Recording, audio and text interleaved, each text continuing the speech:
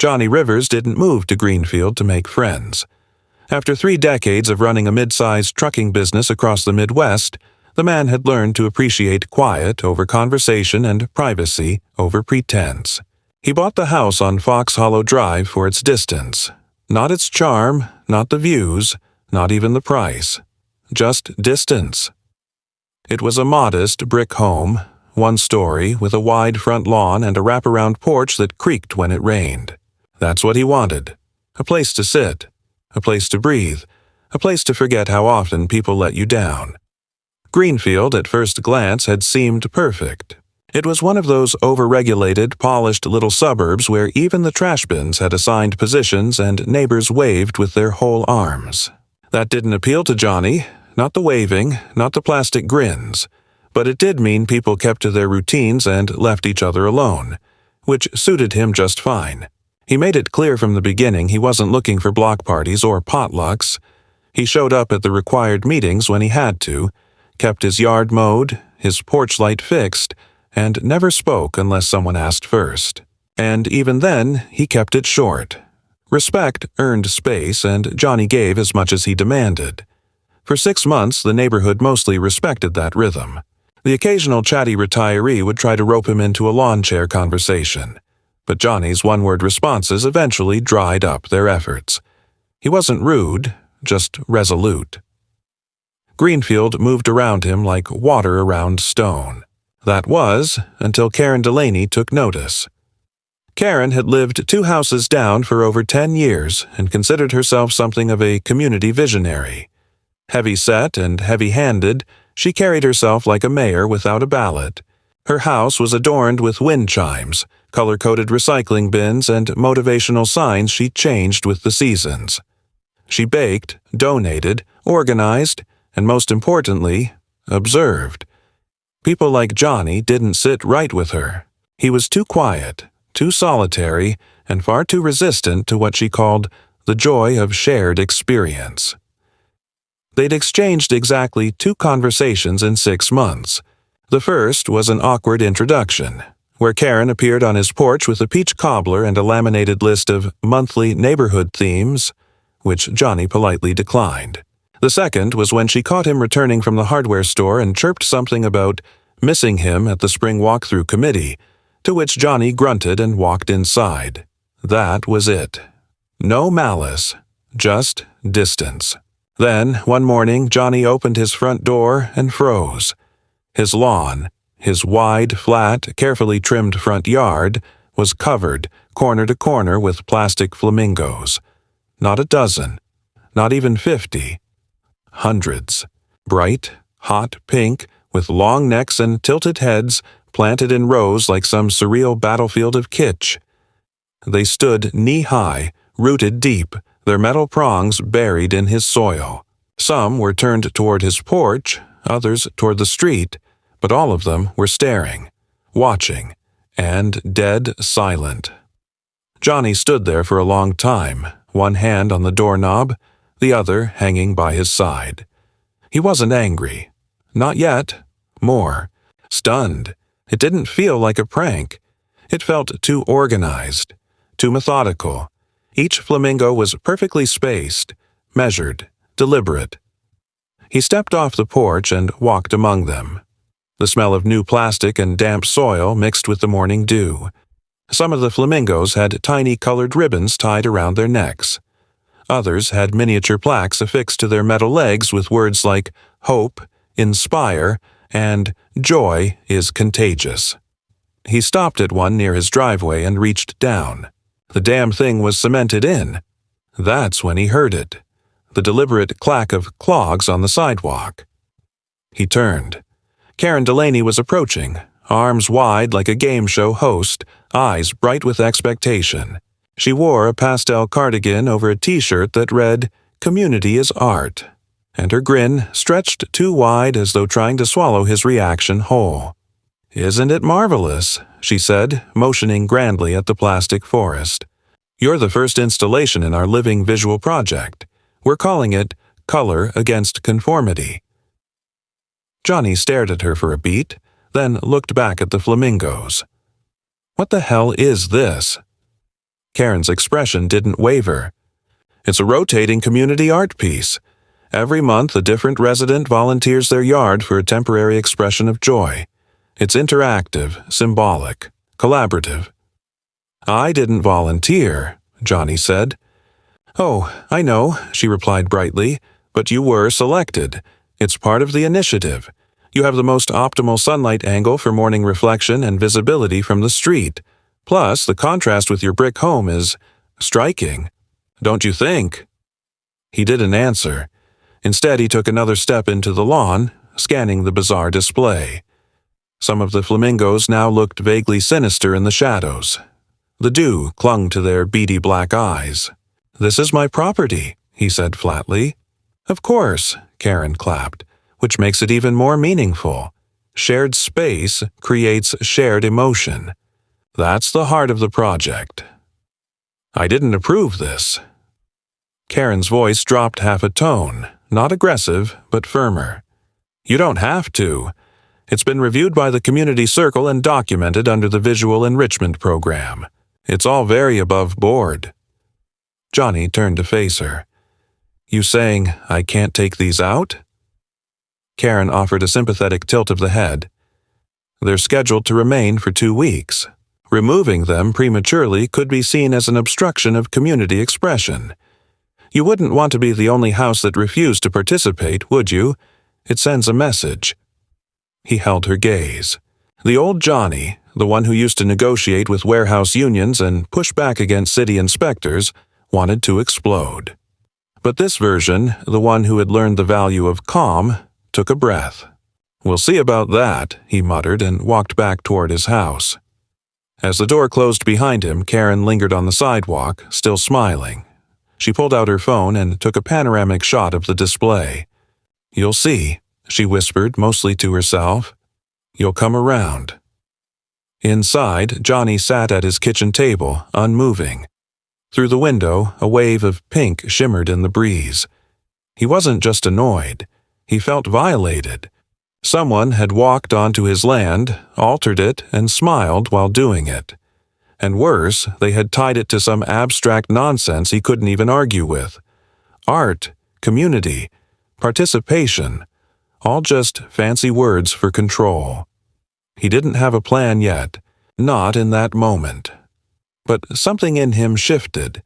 This wasn't going to be one of those things he ignored until it went away. He'd left too many things alone in life and watched them spiral. This time, he'd confront it, on his terms. Quietly, deliberately, precisely, just like they did. Johnny didn't touch the flamingos that first day. He figured if he ripped them out immediately, someone would spin it into a scene. Make it public, dramatic, and loud. That's what people like Karen thrived on. A reason to gather, to whisper, to twist someone else's quiet resistance into hostile defiance. He wasn't going to give her that satisfaction. Instead, he sat back and waited, watching, making mental notes. He'd been around long enough to know that people reveal their true colors when you let them think they've won. The second morning, there were more. Another row of flamingos had appeared overnight, these ones arranged in a spiral pattern closer to the porch steps. One had been placed directly in front of the doormat as if to greet him. Its neck was crooked slightly forward, its plastic face angled just so, looking right at the door. Johnny kicked it aside with the heel of his boot and stepped over it without pause. A moment later, he was back with a crowbar, testing the anchoring of a few more. Some came loose with a sharp tug, others gave resistance that suggested more than soil. Concrete, maybe. Cemented into place like monuments. By noon, a small group had gathered across the street. Folding chairs, paper cups, idle conversation. Karen among them, smiling, nodding, casually gesturing toward his lawn as if giving a tour of a botanical exhibit. Johnny watched from inside, face blank. They weren't just passing time. They were watching him, waiting. And when he didn't take the bait, when he didn't storm out and shout or demand anything, they lost interest. One by one, they folded up their chairs and disappeared behind trimmed hedges and white garage doors. That evening, Johnny called the township office. The receptionist sounded young and vaguely distracted. When he explained what was going on, her tone shifted to something vaguely amused, but non-committal. "If the installation was approved under community initiatives," she said, "you'd need to file a separate objection with the local zoning liaison." He asked for the name. She gave him an email. No phone number, no direct contact. "They're working remotely this month," she added before thanking him and hanging up. The next morning, the Flamingos were still there. But now, a laminated sign had been planted near the edge of the yard.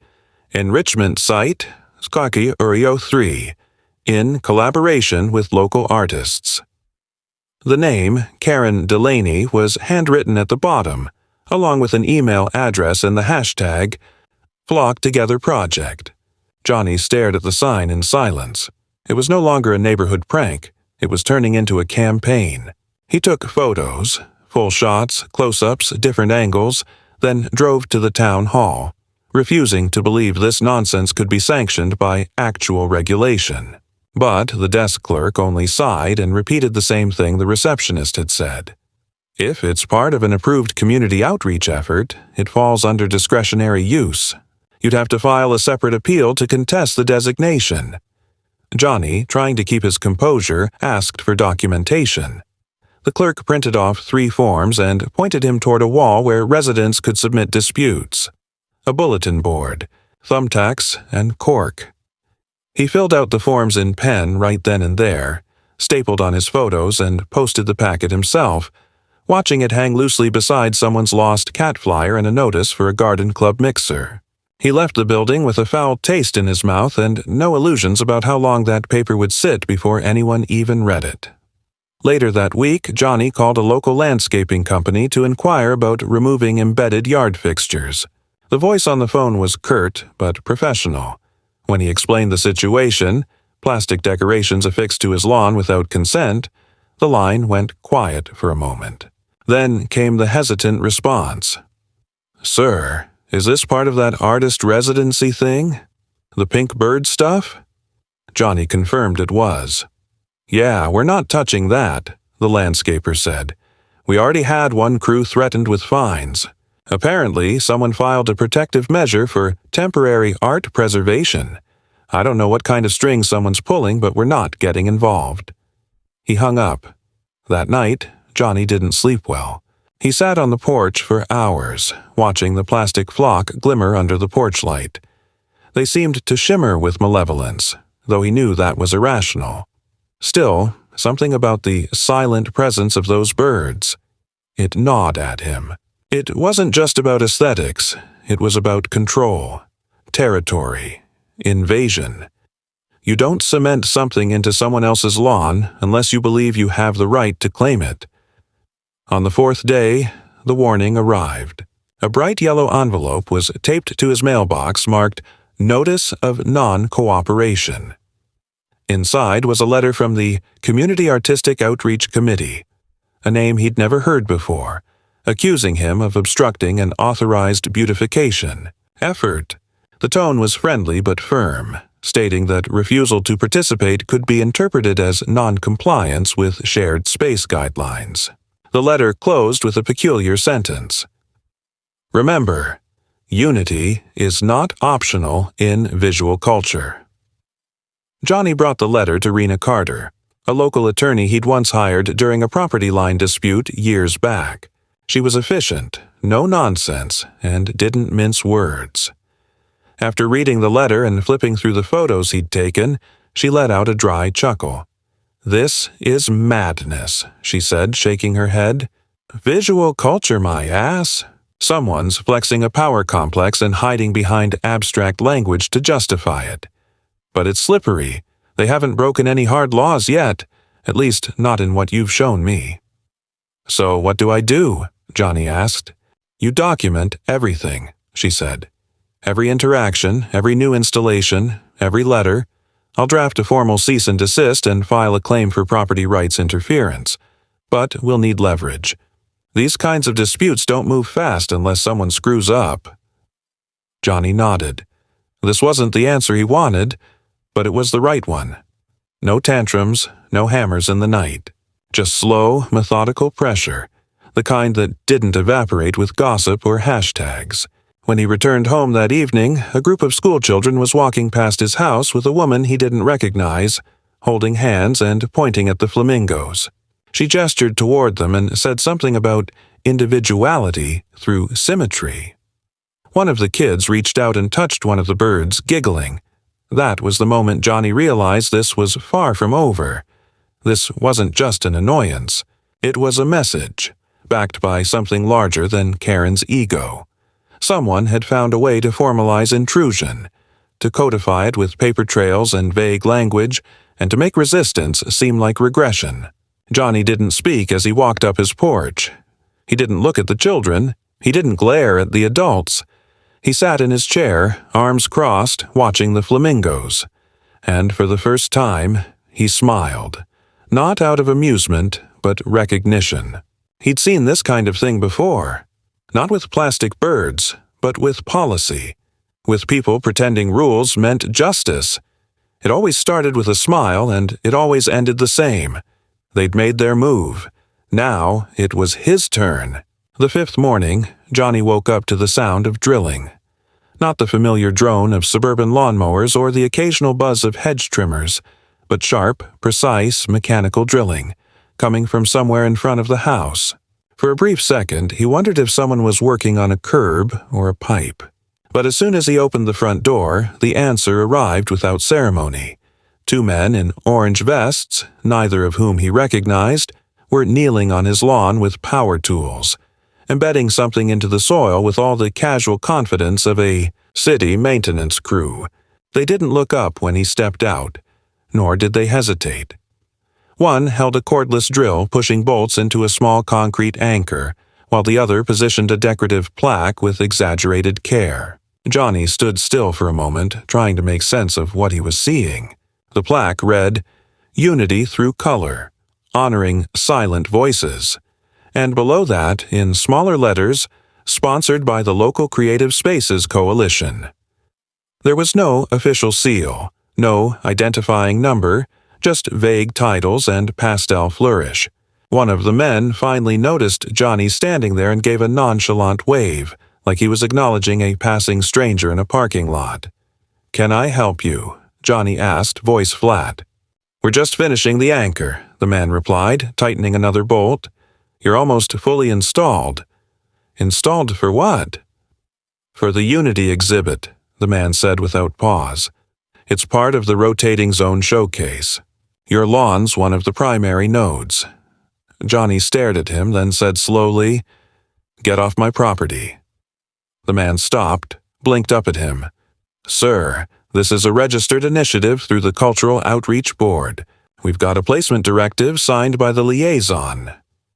"I don't care if you've got a handshake from the governor," Johnny said, his voice rising for the first time in weeks. "This is private property. That means you don't drill, you don't plant, you don't decorate, and you damn sure don't install anything. Remove it. Now." The man stood up. He wasn't aggressive, but he wasn't backing down either. "You'll need to file a formal revocation," he said. "Once the site's designated, we can't legally dismantle it without board approval. You're welcome to reach out to the Creative Spaces Coalition directly." He handed Johnny a laminated card with a QR code and a hotline number. Johnny didn't take it. The man laid it gently on the porch rail and walked back toward the plaque, checking it for levelness. Without another word, Johnny stepped back inside the house, went straight to the garage, and returned with a long-handled shovel. He didn't speak as he approached the plaque. The two men paused, watching him closely. Without ceremony, he brought the edge of the shovel down into the soil next to the base, leveraging it against the concrete, and after two solid grunts, he tore the anchor loose. It left a crater behind, along with fractured bolts and a shallow white powder residue. He tossed the plaque aside. The two men stood motionless for a few seconds, then one of them said, "We'll have to report this as vandalism." "You do that," Johnny said, already turning back to the house. That evening, a certified letter was hand-delivered to his door. It was a formal notice of interruption, citing his destruction of publicly funded enrichment elements, and notifying him of a scheduled review by the township's Civic Expression Subcommittee. The letter warned that repeat infractions could lead to fines or community penalties under the Regional Beautification Clause. Johnny had never heard of such a clause. When he called Rena Carter, she said flatly, "They're not laws. They're procedural loopholes, soft power disguised as decorum. We'll respond, but they're trying to build a record against you." "Build a record?" Johnny asked. "What, like I'm some kind of threat?" "They're building justification," Rena said. "If this escalates and you push back legally, they want to be able to say you've been combative, non-compliant, disruptive. They're playing the long game." Johnny leaned back in his chair. "Then, so will I." But the next escalation didn't come from letters. It came from whispers. Over the following days, Johnny noticed subtle shifts in his daily routines. The mail arrived later, and sometimes not at all. Trash pickup skipped his house 2 weeks in a row. Packages were dropped 2 doors down and had to be collected manually. Then came the glances. The stares from neighbors who had never spoken more than a hello, now turning their heads when he walked by, or pausing their conversations as he approached. The hostility wasn't open, but it was real, and it was spreading like rot. One morning, he went to the local hardware store for new fence posts. The clerk, a man who had always been professional if distant, looked at him with a cool, unreadable expression.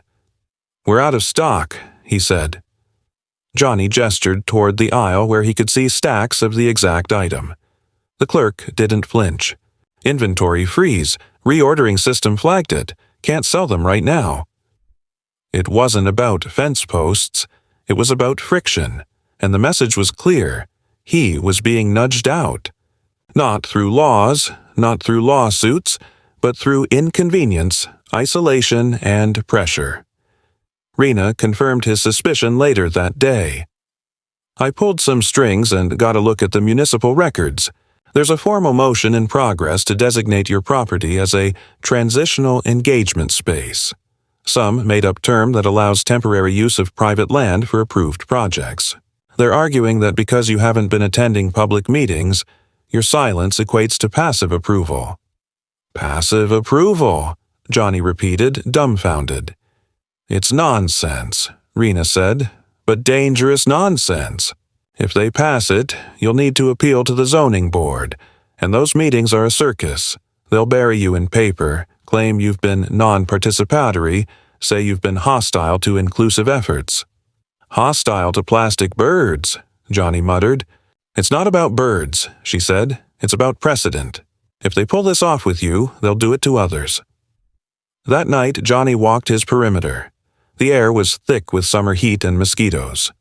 He checked the fence, the soil, the flower beds, half expecting to find something buried or new fixtures planted under cover of night. But nothing had changed, not visibly. The flamingos were still there, still arranged in bizarre configurations. Some now wearing small knitted scarves, others painted with abstract designs. They had evolved into something worse than a prank. They were artifacts now, symbols of defiance repackaged as a community art. He couldn't sleep. Every creak of the floorboards, every distant engine, every flickering porch light felt like surveillance. Not by cameras, but by presence, by intention. When the sun rose, he'd already decided. He wasn't going to react anymore. He was going to act. He called Rena and asked for a full title check and land use restriction file. Then he contacted a private landscaping contractor, one based outside the township limits, and paid in advance for removal services. No paperwork, no questions asked. It would take a few days to schedule, but he told them to come prepared for cement extraction and bolt cutting. Meanwhile, he began documenting everything. Not just the birds or the workers, but the neighbors, the schedules, the odd details that didn't belong. One evening, he noticed a parked car across the street with tinted windows. It sat there for 2 hours before leaving. The next day, a drone buzzed overhead for 5 minutes, dipping low, then vanishing over the tree line. Rena told him not to engage, not to post about it online, not to escalate in public. "They're counting on you snapping," she said. "They want a headline. Angry man destroys a public installation. You're smarter than that." He was. But patience has a weight to it, and Johnny could feel it pressing on his chest every time he walked outside and saw those birds watching. They were always watching, and someone somewhere was enjoying the spectacle. The removal crew came early on a Saturday. 2 men, no logos on their truck, no questions asked. Johnny pointed to the lawn, handed them the extra cash, and went back inside. By the end of the day, half the flamingos were gone, and the cement anchors lay in shattered piles near the driveway. The men worked quietly, efficiently, without comment. Johnny thanked them, tipped them again, and watched as they drove off. That night, someone threw a bucket of paint across his front porch. Neon pink, the same color as the birds. It was never about the art. The pink paint dried unevenly across Johnny's porch, crusting along the edges like cheap candy left too long in the sun. He didn't clean it, not out of laziness, not even out of exhaustion, but because scrubbing it away would have felt like acknowledging something more than what it was. Let it sit, he thought. Let it crack, peel, and flake until it returned to dust, like all things made from plastic and spite. He sat in his usual chair, arms crossed, eyes calm, but his stomach knotted tighter each hour. The escalation wasn't slowing. It was mutating. Paint wasn't decoration. It was a threat. The kind that doesn't leave fingerprints but gets under your skin anyway. Rena arrived 2 days later, not in her usual heels and suit, but in boots and a jacket, clipboard in hand, hair tied back like she meant business, which she did. She circled the property with Johnny, measuring, checking, photographing. She asked no rhetorical questions. Every word had a purpose. Every glance took in something. "You're not crazy," she said as they stood in the backyard. "You're being boxed in." She showed him the map she'd brought from the county records office, overlaid with zoning overlays, boundary notations, proposed revisions. A thin red line skirted dangerously close to the edge of Johnny's property, closer than it should have. It had been submitted 2 months ago, labeled as a Neighborhood Artistic Corridor Revision, and it redefined parts of the neighborhood as semi-flex communal spaces. It didn't mean anything at first glance, but Rena's finger traced along the line until it touched the edge of Johnny's lot. This corridor, if passed, reclassifies the outer 5 feet of your lawn as civic flexibility frontage. That's where they're planting their anchors. Technically, they're claiming the space belongs to everyone. Johnny didn't speak for a moment. His jaw shifted once, slowly, as if chewing a thought before spitting it out. "That even legal?" Rena gave a short breath of a laugh. "It's gray area, the worst kind. Not legal enough to be enforced directly, not illegal enough to be challenged easily. You'd spend a year fighting it. And that's if a judge even agrees it's within scope." He didn't need to ask who pushed the proposal. Karen's name didn't appear on any official document, but Rena had already dug up the connections. The proposal was submitted by a nonprofit called Shared Harmony Visions. On paper, it was a volunteer-run art collective. In practice, it was a front, just a name, a P.O., box, and a bank account used to funnel municipal enrichment funds toward community expression. And at the center of it, multiple social posts crediting the original Flamingo installation to local visionary Karen D. Johnny's hands rested on the porch rail as he processed all this. "So, what now?" he finally asked. Rena answered without hesitation. "We file a challenge, officially through property rights. But you'll need to build a narrative, documentation, testimonials, proof that this is not mutual, not welcomed, and certainly not representative of collective will." He looked at her, skepticism curling behind his expression. "Who around here's going to testify? They all sit in folding chairs and sip lemonade while my place turns into an eyesore." She smiled thinly. "There's one." Her voice dropped slightly. Your back neighbor, older guy, couple houses over, Martin Sandler, retired surveyor. Doesn't talk much, but his daughter reached out to me through a mutual contact. Apparently, he's had run-ins with Karen before. She tried to force him into some landscaping initiative a few years back. He refused. The next week, he found a complaint against his shed. Too tall, they said. Zoning board actually came out and measured it. Johnny nodded slowly. Sounds like a pattern. Rena nodded back. It is, and patterns matter. They didn't need him to turn into a crusader. No social media campaigns, no desperate online videos. Just precision, documentation, pressure. They'd win this the same way Karen built her project, by using the system and choking it with its own paper. That evening, Johnny walked his yard again, this time with a camera of his own. He recorded timestamps, positions, damage to the lawn, cement anchors, cables, because beneath the Flamingos he'd found something else. Thin wiring, looped around stakes, running under soil. Some had been cut by the removal crew, but the rest remained. When he followed one of the wires to the edge of the yard, he saw where it ended. A small black sensor buried in a waterproof box. No label. No manufacturer. Just a blinking green light. Rena sent the photos to a tech consultant. The reply came quickly. Wireless proximity tracking, often used in temporary art exhibits or crowd behavior analysis. Johnny didn't say a word. He simply printed the email and tucked it in a growing folder labeled Evidence. Karen had overplayed her hand. Art was one thing. Surveillance was another. 2 nights later, as if sensing the shift, Karen made her move. She arrived at Johnny's door just before sunset, dressed as always in pastel optimism. She didn't ask to come in. She stood on the porch like a preacher, her voice sugar-laced but clipped at the edges. "Johnny, I think we've both had enough of this posturing," she said. "The neighborhood's restless. This wasn't supposed to be a confrontation." He didn't reply, so she pressed on. "I want to offer a compromise. We'll remove half the installation. The rest can stay for 2 more weeks. You can even choose which ones you want gone. That way, we all win." He looked at her like she'd just spoken in Morse code. "You come onto my property. You dig into my lawn. You cement garbage into the ground, then wire it for tracking. And now you want to bargain like this is some kind of favor?" Karen's face twitched just for a second. Not enough to break the mask, but enough to reveal the pressure behind it.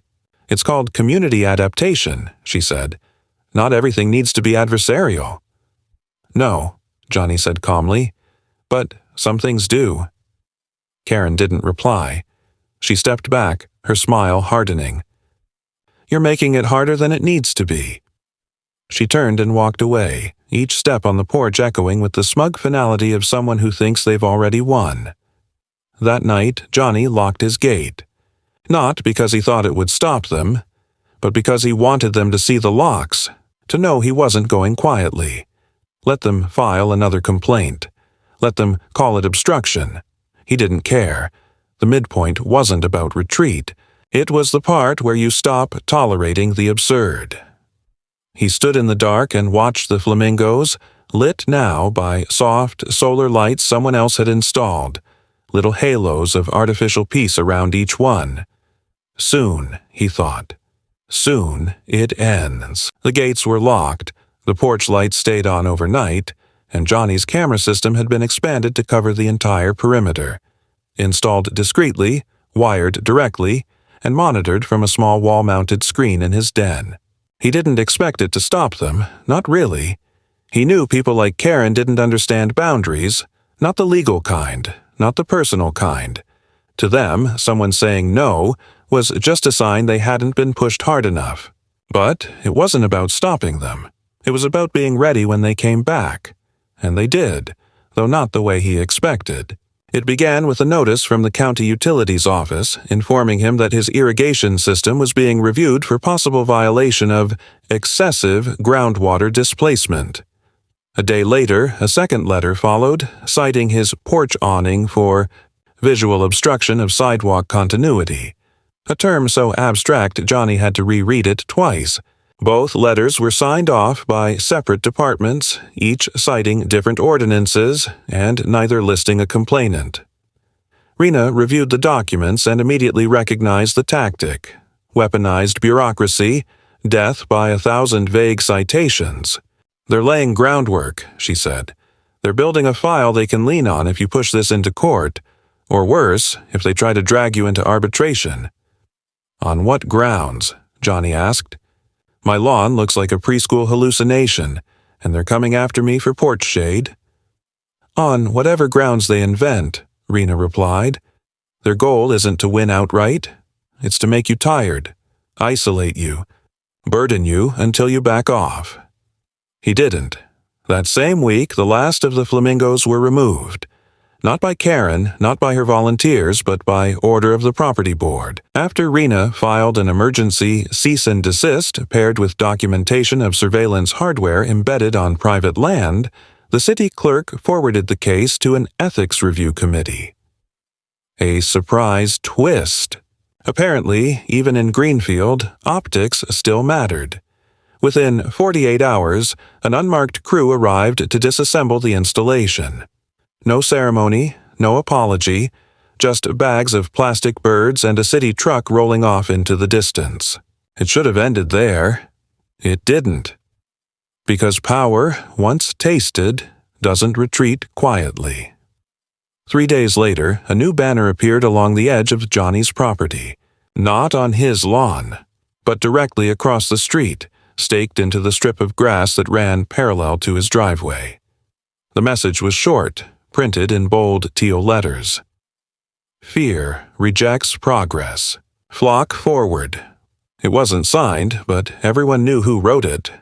Below the banner stood a fresh row of flamingos, this time in various shades of blue, their necks bent downward in poses meant to suggest mourning or reflection. Karen's retaliation wasn't to escalate noise, but to escalate symbolism. She'd turned his refusal into a narrative, cast herself as the agent of progress and Johnny as the fearful relic trying to choke it. The following day, Johnny discovered that his name was trending on a small-town social app, where a post titled, "Why Can't He Just Smile?" questioned whether he was fit for neighborhood living. The comments weren't numerous, but they were pointed. Words like aggressive, unapproachable, non-inclusive began cropping up. Strangers had started photographing his house again, walking slowly past with their phones slightly raised, pretending to check directions or messages. One woman even brought her dog to squat at the edge of his driveway, locking eyes with Johnny the whole time as if daring him to say something. He didn't. He stood at his window, watching her, wondering how people could be so deliberately performative and so completely oblivious at the same time. Rena's phone call that night was brief. "I got a letter from their legal rep," she said.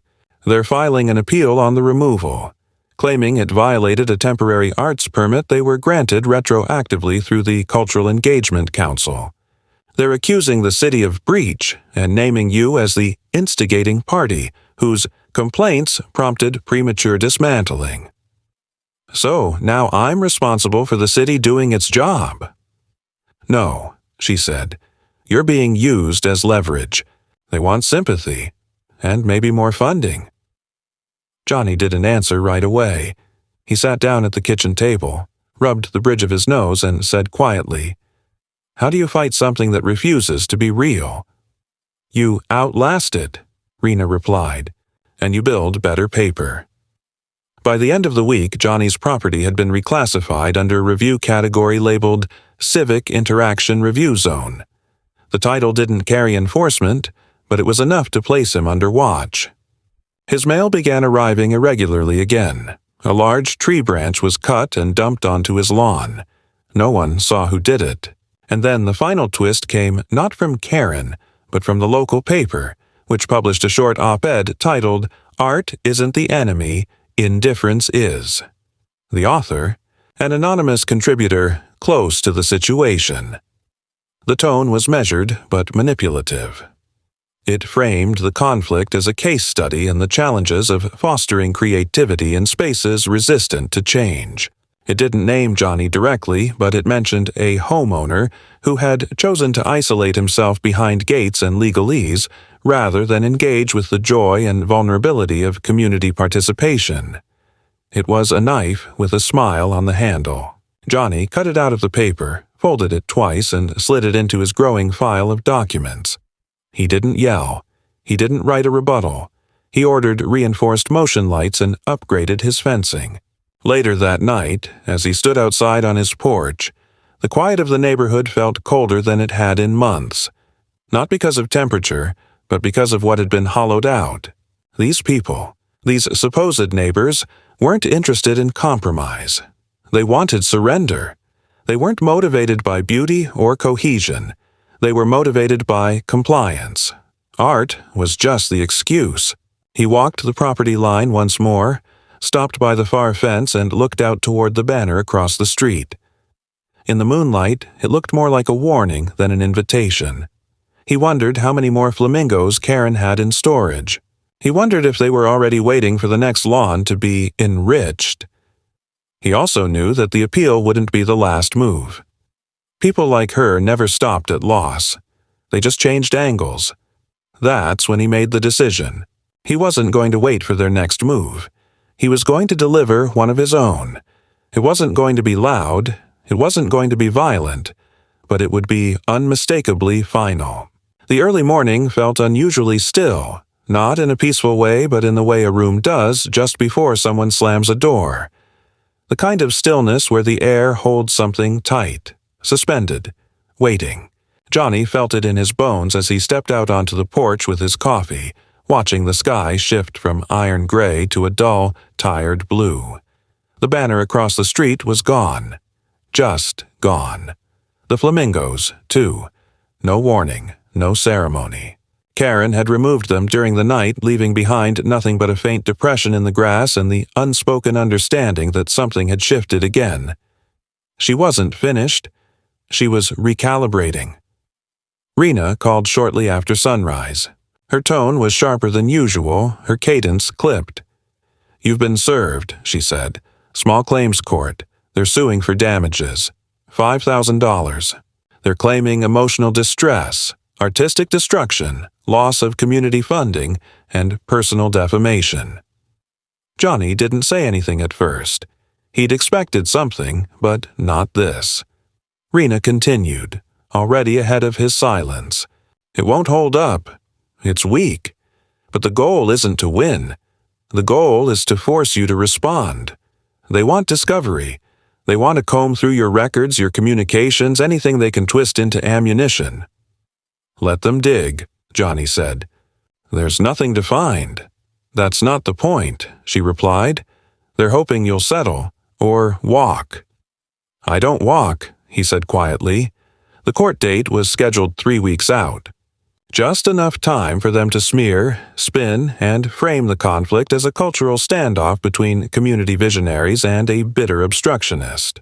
The language they used in their filings dripped with euphemisms: resistance to integration, emotional volatility, hostile tone in written exchanges. It didn't matter that none of it was true. What mattered was how it sounded on paper, the implication, the subtle poisoning of reputation. And for Karen, that was the true art. The way she could build narratives with the same precision others used to draft blueprints. Johnny spent the next several days preparing, not to fight her in court, but to make sure she didn't own the last word. He kept to himself, but his presence was louder than it had ever been. He walked the perimeter of his lawn with a notebook, logged every mark, every leftover bolt, every patch of scorched or damaged earth. He had a contractor assess the soil for chemical residue left by the installation anchors. He documented the full cleanup cost. He gathered footage from his security cameras, carefully clipped and time-stamped, showing the silent parade of people who had trespassed without thought, snapping photos, laughing, pointing. He didn't post it. He didn't threaten anyone with it. He simply archived it, waiting for the moment it might matter. Then, 2 days before the hearing, a white envelope was hand-delivered and tucked under the doormat. No stamp, no return address. Inside was a single sheet of paper. No letterhead, no signature, just a paragraph, typed clean, center-aligned. It read, "You're not just fighting Karen. You're fighting the system she built. And the system doesn't need to be right to win. It only needs to outlast you." No threat, no demand, just a cold reminder of how these things tend to end for people who resist too long. Johnny handed the paper to Rena the next morning. She raised an eyebrow. "This wasn't written for intimidation," she said. "It's almost instructional." She stared at it for a while, then slid it into her folder. No reply. Let's just make sure they don't get to rewrite the story. The day of the hearing arrived quietly. No crowds, no cameras, just a sterile room with cream-colored walls and chairs that seemed designed to discourage memory. Karen sat with her attorney, dressed in soft gray and beige, her face composed in a way that suggested grief rather than conflict. Johnny watched her as she glanced around the room with quiet confidence, nodding faintly at the bailiff, smiling politely at the clerk. She wasn't there to win. She was there to demonstrate, to perform control under the illusion of civility. Rena handled most of the talking. She dismantled the claim piece by piece. The alleged distress unsupported by medical or legal documentation. The supposed destruction of property countered by the fact that Johnny had never consented to any placement. The defamation argument undercut by the lack of any public statement made by Johnny at all. When Karen's lawyer pushed the emotional angle suggesting Johnny had exhibited aggressive posture and language during a confrontation, Rena calmly submitted the porch camera footage. Silent, clean, and damning. It showed Karen talking, gesturing, smiling tightly, and Johnny standing still, arms crossed, speaking with measured words. The judge asked questions. He took notes. He made no indication of where he leaned. But when he finally spoke, it was with clarity. This court does not recognize unauthorized public installations as enforceable communal rights, nor does it support the mischaracterization of personal boundaries as hostility. What happened here, while emotionally charged, was not illegal on the part of the defendant. He paused, then added, "However, it is troubling to see how easily language can be weaponized in the name of participation." Case dismissed. Karen didn't look at Johnny when it ended. She stood, collected her things, and walked out without a word. But Johnny didn't need a gesture to know what she was thinking. She wasn't defeated. She was waiting for the next opening, the next loophole. People like her didn't learn from resistance. They adapted around it. But so did he. That evening, he removed every last trace of her from his property. He had the lawn scraped and reseeded, the soil treated, the exterior repainted. He poured gravel over the areas where the birds had once stood. He replaced the front fence with a solid gate and mounted a sign that read simply, "No soliciting, no campaigning, no installations, no exceptions." He installed new lights, low, wide-beamed, always on, and a second layer of cameras that recorded in full color even in the dark. He didn't speak to anyone for a week. He didn't have to. The silence said it all. Karen never tried again. Not directly, but the banners returned elsewhere, on other lawns. The Flamingos evolved, smaller, more abstract, less intrusive, but still there, flapping silently in the breeze like ghosts of something unfinished. Johnny never commented, never acknowledged, and when asked, he simply shrugged. "Some people plant flowers," he once said. "Others plant problems." But his lawn remained untouched, and that was all he needed. The seasons changed slowly, as they always did in Greenfield. One shade of comfortable monotony bleeding into the next, all wrapped in well-trimmed hedges and predictable sunsets. Autumn came not with drama, but with a quiet shifting of tones, a cooler breeze through the trees, the hum of air conditioners giving way to the distant sound of rakes brushing pavement. Johnny noticed it more that year. The silence had weight again, not like the stifling kind that follows conflict, but the kind that settles over land that has been fought for and claimed. His yard was clean now, not just trimmed, but blank, deliberate. The new grass had come in even and soft, covering the scars left behind by the anchors and cement like fresh skin over old wounds. The gravel section along the side was packed firm, leveled, lined with stone edging. There were no decorations, no lights, no art, and for the first time since he'd bought the house, people stopped walking past to look. There were no more flamingos, not pink, not blue, not abstract. The ones Karen had tried planting next door didn't last a week. Someone pulled them out one night and left them piled at the base of the streetlight, beheaded and broken. No one claimed responsibility. Johnny didn't ask, but the message had been received. Even if Karen didn't understand it yet, the rest of the neighborhood had reached their saturation point. They'd played along, nodded, waved their flags, and smiled through the absurdity because it had seemed easier than confrontation. But now they saw what happened when someone refused, what it looked like to say no and mean it. Johnny hadn't yelled. He hadn't posted. He hadn't campaigned. But he hadn't backed down either. And somehow, in that stubborn silence, he'd become the line that others measured themselves against. Rena's work had continued after the court decision. She filed a permanent land use exemption for Johnny's property, citing the incident as precedent for protection from unsolicited public projects. It wasn't flashy, and it wouldn't make headlines, but it meant that the next time someone tried to sneak a banner or sculpture onto his lawn, they'd be violating a standing legal barrier. There had been some pushback at first. Emails, petitions, murmured accusations of closing the door on collaboration. But none of it held.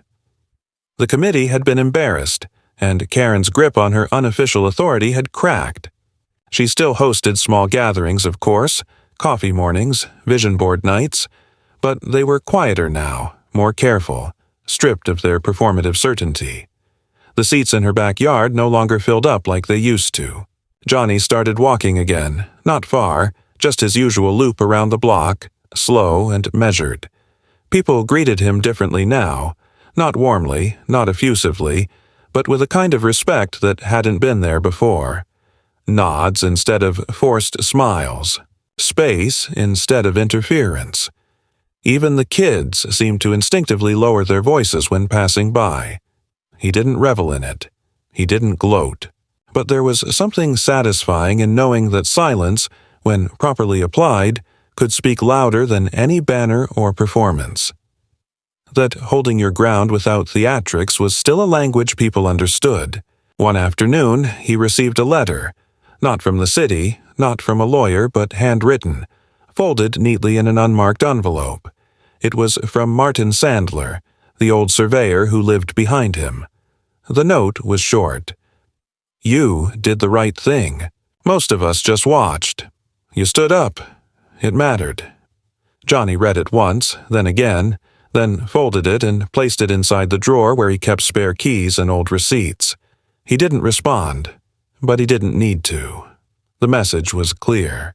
The final flamingo appeared weeks later. It wasn't planted, bolted, or decorated. It was simply left at the edge of his driveway, standing crooked in the morning mist, like a forgotten toy. No note, no sign of who had placed it. Johnny stood in front of it for a while, watching the plastic figure tilt in the breeze. Then, without ceremony, he picked it up, carried it to the back of the property, and set it inside an old metal drum near the shed. He lit a match and dropped it in. The flames rose quickly, orange against the gray sky, curling plastic releasing a faint chemical odor as it melted into unrecognizable sludge. He didn't watch it burn all the way. He just waited until it lost its shape, then walked back to the house. There were no more surprises after that.